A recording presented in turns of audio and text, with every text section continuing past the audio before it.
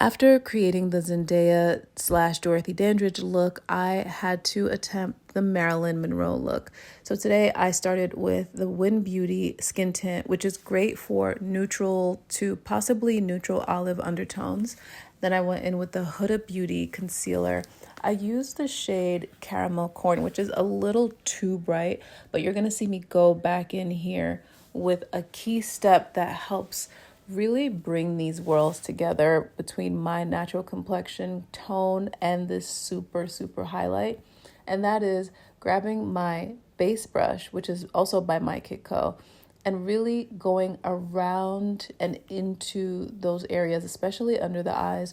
One, to make sure it is seamless, and two, it kind of works, and two, it tempers that brightness a little bit. It's like bringing a little bit of my skin tone into it and vice versa, and also getting rid of any clear line of demarcation that's like, okay, she stopped her concealer here, she started her skin tone here, right? So I'm showing you, right?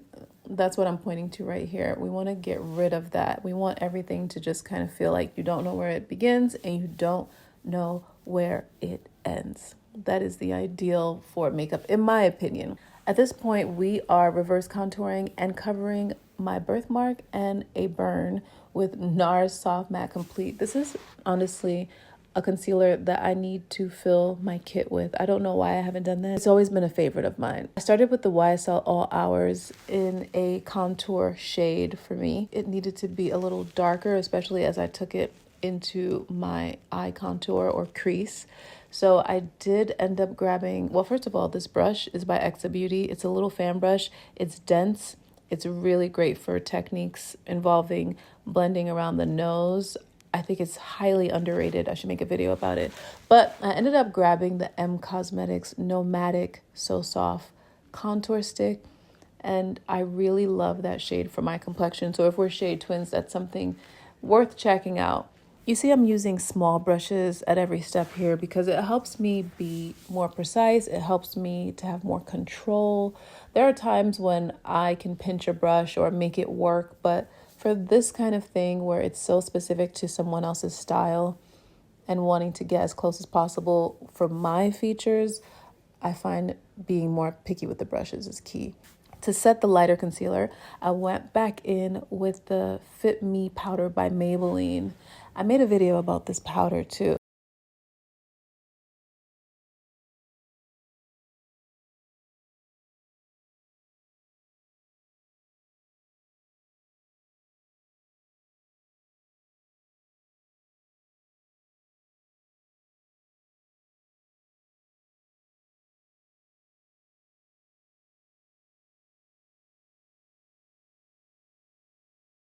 I ended up using 3 shades of brown to really bring that depth to the eye and really create that contrast. Once I started doing that, I realized that if I was going to make the inner corner brighter, it was going to have to be even more bright than the shade I initially laid on my lids. So I had to go back and find a warmer vanilla shade, which I found in the Future Flame palette from MAC.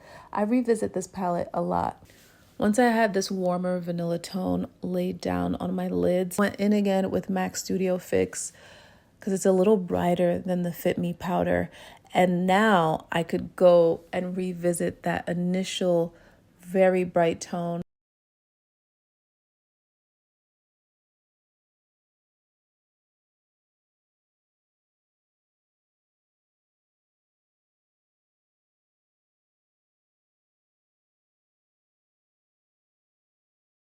Now I can revisit that Danessa Myrick shade as a highlight in the inner corner, whereas before I would have had to go almost pure white to get brighter than this. And I didn't want to get brighter than this because then it would get a little too cartoonish, in my opinion. There's that fine line between retro glamour and cartoon, and I think being mindful of those contrasts is key to really striking that balance. This pencil is by Rimmel. I love it for anything that would be suggesting the white of the eye, a brighter eye. You probably know this by now, but using a white liner, especially with brown skin, is just Not an ideal look for something to feel kind of soft and maybe even almost believable from a distance at least. As soon as you put on white, you've gone kind of Halloween. A lot of brands make great tones for us for this kind of step. Here I'm using the Pat McGrath liquid liner. I think it's called the Perma liquid liner. Don't quote me. You might notice I take moments where I'm looking in one mirror, then I take a step back, I look in another mirror, and that's really key to really be able to see. These lashes are one of my favorite things that I've bought on Amazon. I don't use them on clients.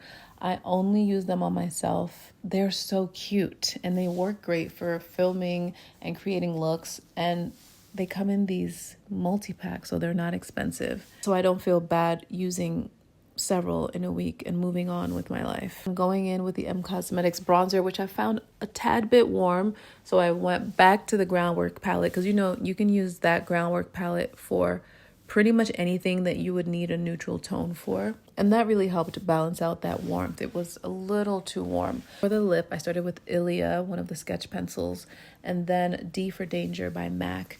To fill the center, this is one of my favorite, boldest reds, and it's called Feel So Grand. It's a retro matte lipstick by MAC, and I have been coming back to this for years at this point. I recently made a video about this, but it was on TikTok, RIP TikTok, and it's the Makeup Forever blush that I'm obsessed with right now. I'll try to put that in the description box too. Here's the final look. I truly enjoyed this process. Finished it with the new Kayali fragrance, which is where the robe came from as well. So shout out to Mona Katan. I smell delicious, I feel glamorous, and this was so fun to do.